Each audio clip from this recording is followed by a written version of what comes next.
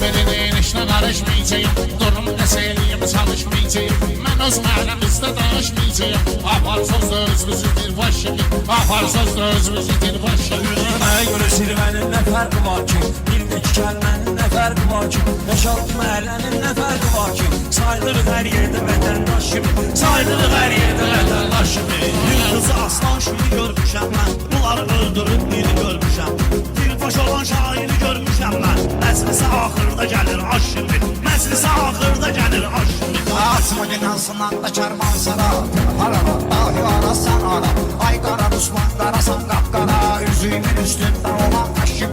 Üzüyümün üstündə olan qaşım. Ben o şey sizinle hepsime sattım. Sen görmediğin tilsime sattım. Kimleri gördüm gel kime sattım. Bilmedim öz qədrimi çöl başımı. Bilmedim öz qədrimi çöl başımı. Bakı sizə süfrələ mən haşla mən. Yenə o qırğın gedərəm başlamı. Şəhid olaram 21 yaşda mən. Yaşayanacan erməni uğraş. Yaşayanacan erməni uğraş. İstəyim ki sənətə tövbə olsun. Saxlaya on qaydanlığı olsun. Rüfət qardeşim qalayam nə olsun. Millət axtarır mənə xaş-xaş kimi. Millət axtarır mənə xaş-xaş kimi. O dünyaya getsən əgər darıxma. Bunlar yolda getsən əgər darıxma.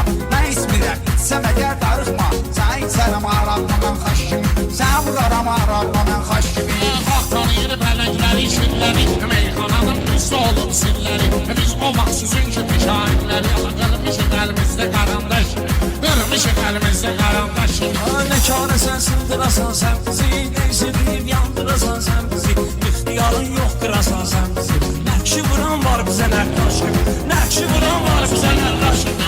Sonağıma süfrəmdə kabab verirsən. Kesdiyim ortağıma hesab verirsən. Alkaş sözünə indi cavab verirsən. Yoxdur bunun yaddaşı yaddaş kimi. Yoxdur bunun yaddaşı yaddaş kimi. Yerdə görüb meydanı sən deyirsən. Qastamısan qastamı sən deyirsən. Yaşam bəlkə günahımı sən deyirsən. Mən də qurunun oduna yanım yaş kimi. Mən də qurunun oduna yanım yaş kimi.